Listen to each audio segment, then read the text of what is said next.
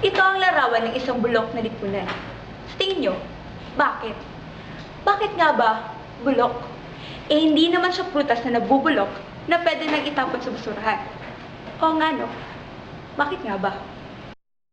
Araw-araw, ito ang nangyayari sa lugar na itong tinatawag kong orphan park. May nagbebenta, nagtatambay, natutulog, at si Andres Bonifacio ay laging nakatayo at parang nagsasabi ng kalayaan. Oo, di may tatanggi. Malaya tayo. Malaya tayo tumayo, kumain, maglakad, magtambay, manigarilyo, at kung ano-ano pa.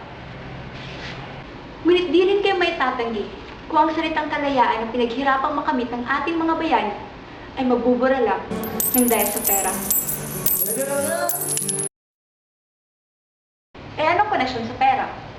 Ang pera ang tumutulak sa atin para magtrabaho. Ang dahilan kung bakit tayo nag-aaral. Ang source para mabuhay. Ang nagpapaikot sa ating mundo. Sa madaling salita, walang ibang sumasakop sa atin, kundi ang pera mismo na pilit naman nating hinahabol. Bakit naman natin hinahabol? Kung hindi natin hahabulin, wala tayong pera. Kung wala tayong pera, wala tayong karapatan. Wala tayong karapatang kumain, magkaroon ng tsinelas, ng tirahang may bubong, at walang hustisya ang buhay mo. Kung meron man, sa tingin mo, ano? Pwede magtanong, bakit sila lang? Hindi mo naman gusto ang kalagayan mo, di ba? Kaya pala maraming nasisilaw sa pera. At ang resulta ay korupsyon. Number 1 na tayo dyan. Paano kasi?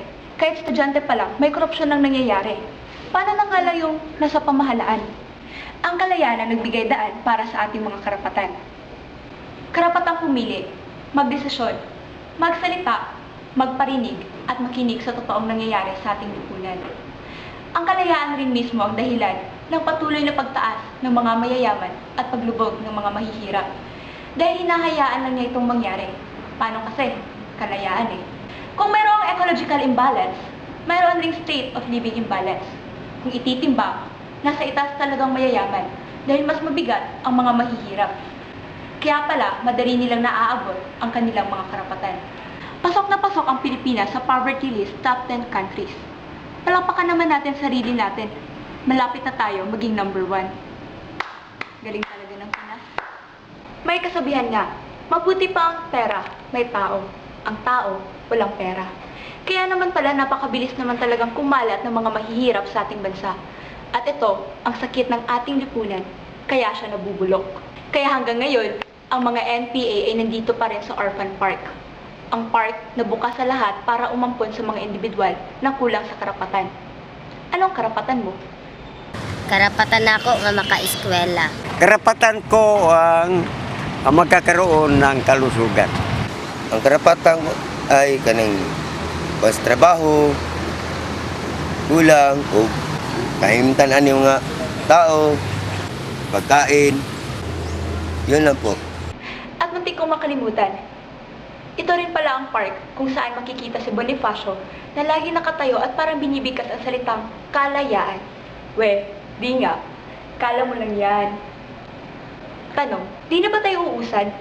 Bulok nga eh. Bulok ng style.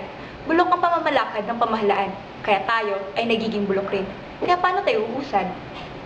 Panghuling tanong, may lunas pa ba? Ang ano, magkaroon ng pantay-pantay na karapatan? Ewan ko. Kaya't kung ano ang magiging resulta ay hindi lamang pananagutan ng isang mamamayan, kundi ng lahat.